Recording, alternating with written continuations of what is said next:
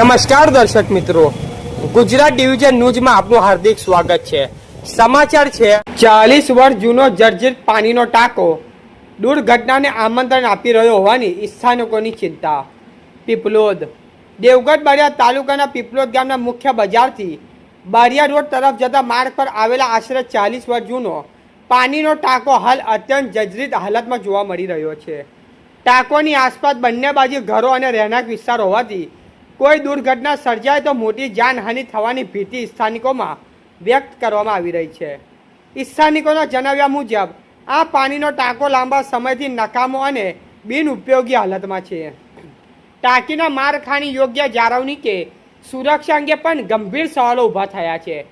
પીપલોદ ગામના પાણીની સ્ત્રોત અને ટાંકી સહિતની સુવિધાઓ નોંધાયેલી છે, પરંતુ આ ચોક્કસ જર્જરિત ટાંકી અંગે તાત્કાલિક ઇસ્સર તપાસ જરૂરી છે।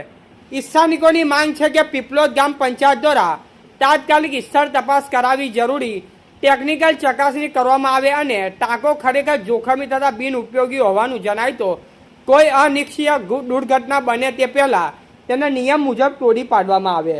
લોકોનો સવાલ ઉઠી રહ્યો છે કે ભવિષ્યમાં આ જર્જરિત ટાંકો ધરાશય થઈને કોઈ જાનહાનિ થાય તો તેની જવાબદારી કોની રહેશે, જેથી તંત્ર દ્વારા માત્ર કાગળ પર કાર્યવાહી નહીં પરંતુ તાત્કાલિક સ્તર પર નિરીક્ષણ અને સુરક્ષાત્મક કાર્યવાહી કરવામાં આવે તેવી માંગ ઉઠી છે।